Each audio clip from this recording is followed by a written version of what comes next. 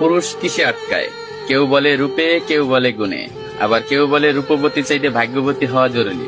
আবার কখনো কখনো তো এটাও শোনা যায় যে পুরুষ মায়ায় আটকায়। আসলে পুরুষ আটকায় কিসে? এক দেশের এক রাজা ছিল। তার এত ধন সম্পত্তি থাকা সত্ত্বেও তার জীবনে মনে হচ্ছে ভালোবাসার অভাব। তাকে একা একা বোধ হচ্ছে। তাই সে আর এক দেশের এক রাজকন্যাকে বিয়ে করে আনলো। বিয়ে করে আনার পরও তার মনে হচ্ছে তার জীবনে ভালোবাসার অভাব। সে আরো একটা বিয়ে করলো, কিন্তু তারপরও তার মনে হচ্ছে জীবনে ভালোবাসার অভাব। ভালোবাসার অভাব মিটাতে যাইয়া একটা না, দুইটা না, তিনটা না, সে 9টা দেশের রাজকন্যাকে বিয়ে করলো। তার এখন 9টা বউ। তারপরও তার মনে হচ্ছে জীবনে ভালোবাসার অভাব। এট লাস্ট সে তার প্রধান দাসীর প্রেমে পড়ে গেছে। 9টা বউ থাকা সত্ত্বেও রাজা যখন দাসীর প্রেমে পড়ে গেল, এটা সমাজ মায়া নিল না।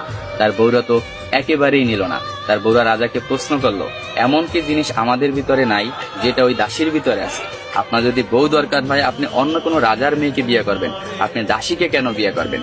তখন রাজা বলল, 9টা বউ থাকা সত্ত্বে আমি রাজা হইয়া দাসীর কেন প্রেমে পড়লাম, এটা শুধু আমি তোমাকে না, পুরো বিশ্বকে দেখাবো। এটার জন্য আমি কালকে বড় একটা অনুষ্ঠানের আয়োজন করা হবো। ওই অনুষ্ঠানে আমি প্রমাণ করাই দেব আমি রাজা হইয়া কেন দাসীর প্রেমে পড়লাম। পরের দিনকে একটা বড় অনুষ্ঠানের আয়োজন করা হলো। ওই অনুষ্ঠানে 10টা থালা ছিল। 10টা থালা 10 রকমের সম্পদ দিয়ে ভরপুর ছিল। কোনটায় টাকা, কোনটায় সোনা, রূপা, হীরা, মুক্তা ইত্যাদি ইত্যাদি দিয়ে 10টা থালা ভরপুর করা হয়েছে। 10টা থালা ভরপুর করার পর রাজা সবাইকে বলল, এই 10টা থালায় 10 রকমের সম্পদ আছে। আমার 9 জন বউ এবং আমি যাকে ভালোবাসি আমার দাসী, এই টোটাল 10 জন। যে যে থালাটা ধরতে পারবে সেই থালার সম্পদ তার।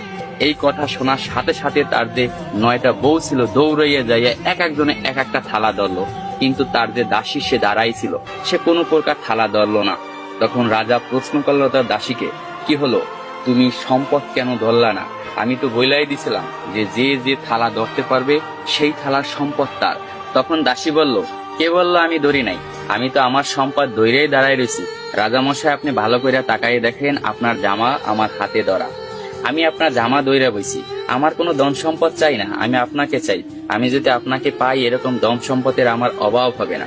আমি কিছুই চাই না, শুধু আপনাকেই চাই। আমি তাই আপনার জামা দইরা দাঁড়াই রয়েছি। তখন রাজা অস্ত হাসিতে হাইসা পড়লো এবং সবাইকে বলল, দেখো রাজদরবার বাসীরা, তোমরা সবাই দেখো, রাজার 9টা বউ থাকা সত্ত্বেও রাজা কেন দাসীর প্রেমে পড়ছিল। আসলে পুরুষ কখনো টাকা, পয়সা, রূপ, যৌবনের মায়ায় পড়ে না। পুরুষ আটকে যায় নিঃস্বার্থ ভালোবাসা। পুরুষ তাই নিঃস্বার্থ ভালোবাসা। পুরুষকে যে নিঃস্বার্থ ভালোবাসবে, পুরুষ তারই হবে, শুধুই তার।